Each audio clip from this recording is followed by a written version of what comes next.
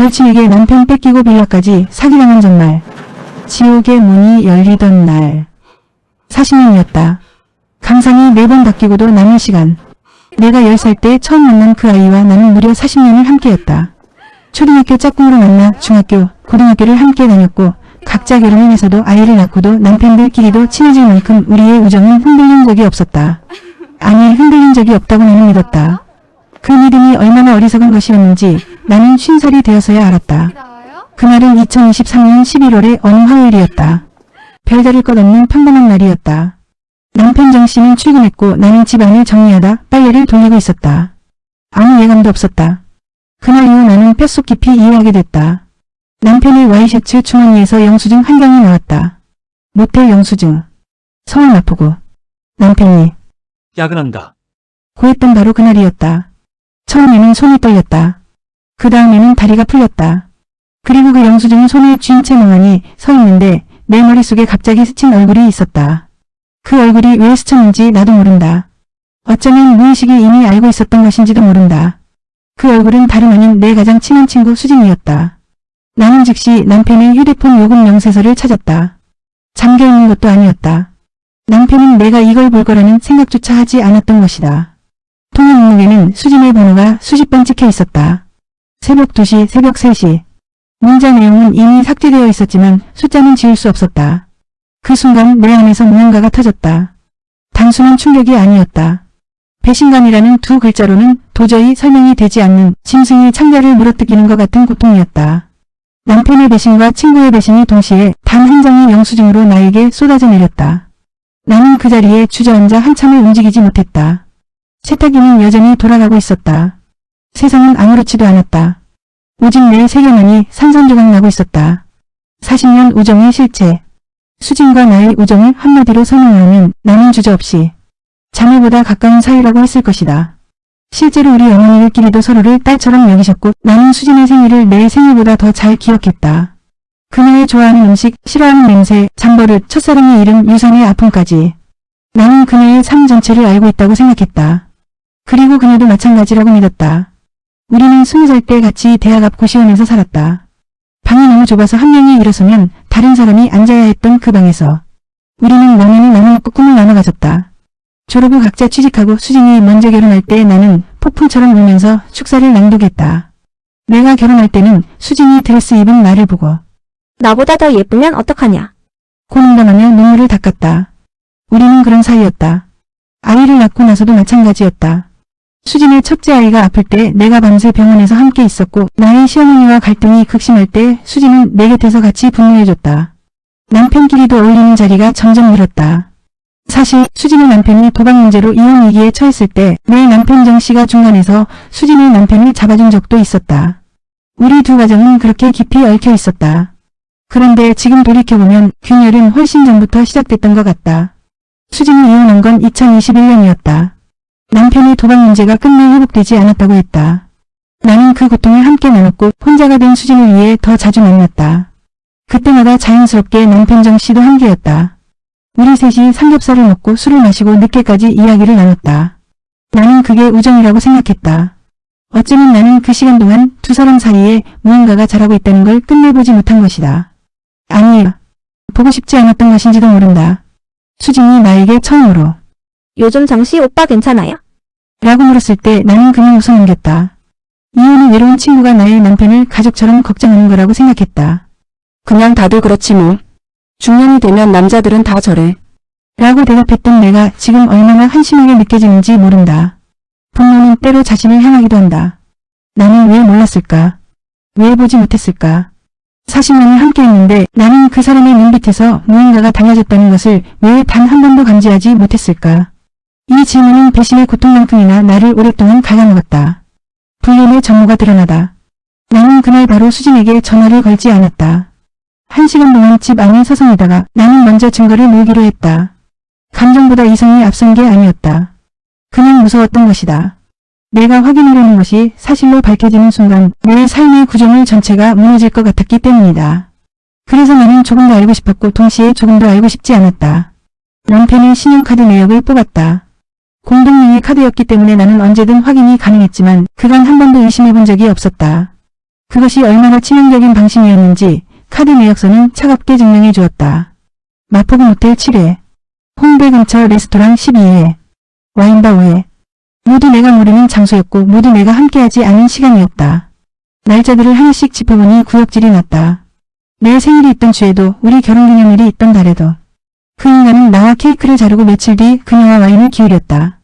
저녁이 되어 남편이 귀가했다. 나는 부엌에서 아무렇지 않은 척 밥을 차렸다. 손이 떨렸지만 떨리는 손으로도 밥상은 차려졌다. 남편은 넥타이를 풀며 소파에 앉았다. 평범한 저녁이었다. 아니, 그는 평범한 척했다. 나는 숟가락을 내려놓으며 말했다. 수진이 요즘도 자주 봐? 남편의 젓가락이 잠시 멈췄다. 그 찰나의 멈춤이 모든 것을 말해줬다. 가끔 셋이 보는 거 알잖아. 둘이도 보더라. 정적이 흘렀다. 남편은 처음에 부정했다. 그 다음은 축소했다. 오해하지 마. 나는 카드 내역서를 테이블 위에 밀었다. 남편은 그것을 보고 잠시 침묵했다. 그리고 그가 내뱉은 말은 미안해. 미안해. 그 두 글자가 얼마나 경악스러웠는지 모른다. 해명도 아니고 변명도 아니고 곧바로 미안해. 러니. 그것은 이미 오래전부터 준비된 사과였다. 언젠간 들킬 거라는 걸 알면서 들켰을 때 무슨 말을 할지 이미 생각해둔 사람의 입에서 나오는 말이었다. 나는 그날 밤 집을 나왔다. 어디로 갈지도 몰랐다. 그냥 그 공간에 단 1분도 더 있을 수가 없었다. 차 안에서 핸들을 붙잡은 채 1시간을 울었다. 그리고 나서 수진에게 문자를 보냈다. 나와라. 수진은 그날 밤 답장을 하지 않았다. 친구의 대신 그 뻔뻔한 얼굴. 수진에게서 답장이 온 건 사흘 후였다. 언니, 우리 만나서 얘기해요. 그 문자를 받고 내가 어떤 감정을 느꼈는지 설명하기 어렵다. 분노, 호기심, 경멸, 그리고 기이하게도 여전히 남아있는 기대감. 어쩌면 이 모든 게 오해일 수도 있다는 말도 안 되는 희망이 끝까지 남아있었다. 인간의 심리는 참으로 잔인하다. 배신의 증거를 두 눈으로 확인하고도 여전히 그것을 부정하고 싶어하는 것이 인간이다. 우리는 평소에 자주 가던 카페에서 만났다. 수지는 먼저 와 있었다. 그녀는 나를 보자마자 눈물을 보였다. 언니, 나 정말 미안해요. 나는 그 눈물이 진심인지 퍼포먼스인지 단 한순간도 믿지 않기로 작정하고 앉았다. 어떻게 된 건지 말해봐. 수진이 털어놓는 이야기는 이랬다. 이혼의 외로움이 극심했다고. 정씨 오빠가 먼저 위로해줬다고. 처음엔 정말 아무것도 아니었는데 감정이 쌓이다 보니 선을 넘게 됐다고. 그리고 그 말의 끝에는 반드시 이 문장이 따라붙었다. 언니한테 너무 미안하지만 우리 감정을 어쩔 수 없었어요. 우리 감정을 어쩔 수 없었어. 그 말을 듣는 순간 나는 손이 저려오는 것을 느꼈다. 분노가 너무 강하면 오히려 몸이 마비되는 것 같다는 걸 그때 처음 알았다. 어쩔 수 없었다고? 40년 친구의 남편과 불륜을 저지르는 게 어쩔 수 없는 감정이라고? 그 논리대로라면 이 세상에 어쩔 수 없는 범죄도 있고 어쩔 수 없는 배신도 있는 것이다. 어쩔 수 없다는 말은 책임지지 않겠다는 말과 똑같다. 더 충격적인 건 그 다음이었다. 언니도 알잖아요. 정씨 오빠가 집에서 많이 외로웠다는 거. 언니가 너무 차가웠잖아요. 나는 그 순간 자리에서 벌떡 일어설 뻔했다. 내가 차가웠다고? 내가 남편을 방치했다고? 40년 친구의 남편과 불륜을 저지른 사람의 입에서 나온 말이 피해자인 나를 향한 비난이라니. 이건 사과가 아니었다. 이건 자기 합리화였다. 수지는 40년의 우정을 팔아넘기면서도 단 한순간도 자신이 잘못됐다는 생각을 하지 않은 것이다. 나는 커피잔을 내려놓으며 천천히 말했다. 수진아, 나 너한테 딱 하나만 물어볼게. 내가 나 같은 상황이었으면 어땠을 것 같아? 수지는 대답하지 못했다. 그 침묵이 어떤 말보다도 더 많은 것을 설명해줬다. 나는 그날 카페를 나오면서 다시는 수진을 친구로 생각하지 않겠다고 결심했다. 하지만 신은 내게 더 큰 시련을 준비해놓고 있었다. 불륜은 시작에 불과했다. 빌라 사기, 분노의 완성. 불륜 사실이 밝혀지고 약 2달이 흐른 2024년 1월 나는 이혼 절차를 밟는 중이었다. 남편 정씨는 수진과의 관계를 정리할게. 한 번만 믿어줘. 나는 이미 그 말을 믿을 마음이 없었다. 믿음이라는 것은 한 번 무너지면 다시 쌓기가 이렇게 어렵다. 변호사와 상담을 진행하면서 나는 동시에 내 재산 상태도 정리하기 시작했다. 그리고 그때 또 하나의 구렁이가 기어나왔다. 2022년 중반 나는 수진의 소개로 경기도 외곽의 빌라 투자건에 참여했었다. 수진의 지인이 시행을 맡은 소규모 빌라 개발 프로젝트로 계약금과 중도금을 분할 납입하면 입주권을 받는 방식이었다. 나는 노자금으로 모아둔 8천만 원을 투자했다. 당시 수진은 나도 함께 넣었어요. 괜찮은 건물이에요. 언니 믿어봐요. 라고 했다. 나는 믿었다. 그것이 함정이었다. 재산 정리를 하면서 해당 빌라의 진행 현황을 확인하려 했을 때 나는 시행사와 연락이 전혀 닿지 않는다는 사실을 알게 됐다. 전화는 없는 번호로 바뀌어 있었고 현장 주소로 찾아가자 그곳엔 빌라는커녕 허벌판만 남아 있었다. 계약서에 적힌 법인명을 국세청 홈택스에서 조회하자 폐업 처리가 되어 있었다. 폐업일은 2023년 3월이었다. 내가 중도금을 완납한 지 불과 몇 달 후였다. 그 순간 내 머릿속에서 무언가가 퍼즐처럼 맞춰지기 시작했다. 수진이 이 투자건을 소개한 시기는 언제였나? 2022년 중반. 수진이 이혼한 건 2021년. 수진이 나도 함께 투자했다고 했는데 과연 그게 사실이었을까? 나는 즉시 수진에게 연락을 취했다. 처음에는 전화를 받았다. 하지만 빌라 얘기를 꺼내자마자 그녀는 전화를 끊었다. 그리고 이후로는 완전히 연락이 두절됐다. 변호사와 함께 법인 등기부를 떼어보았다. 시행사의 실제 대표이사 명의는 수진의 전 남편 동생으로 되어 있었다. 그리고 해당 법인의 계좌로 입금된 피해자는 나 외에도 수명이 더 있었다. 그들 중 일부는 이미 경찰에 고소장을 접수한 상태였다. 분노가 새로운 차원으로 격상됐다. 이것은 우발적인 배신이 아니었다. 계획된 것이었다. 수진은 나의 친구라는 신뢰를 이용해 나를 사기건에 끌어들인 것이다. 어쩌면 불륜도 그 연장선에 있었는지 모른다. 내 남편을 잡아두면 내가 설령 무언가 수상하다는 낌새를 채더라도 쉽게 고소하거나 소란 피우지 못할 거라는 계산이 있었던 건 아닐까. 이렇게 생각하니 온몸에 피가 역류하는 것 같았다. 나는 고소장을 작성하기 시작했다. 8천만 원. 노후 준비금으로 10여 년간 모은 돈이었다. 그 돈이 가장 친한 친구의 손을 거쳐 사라진 것이었다.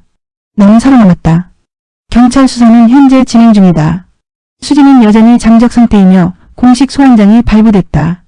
시행사 관련 공범 혐의자 2명은 이미 조사를 받았고 피해자는 나 포함 총 5명. 합산 피해액은 약 3억 5천만 원에 달한다. 이혼 소송도 진행 중이다. 남편 정 씨는 합의 이혼을 원했지만 나는 거부했다.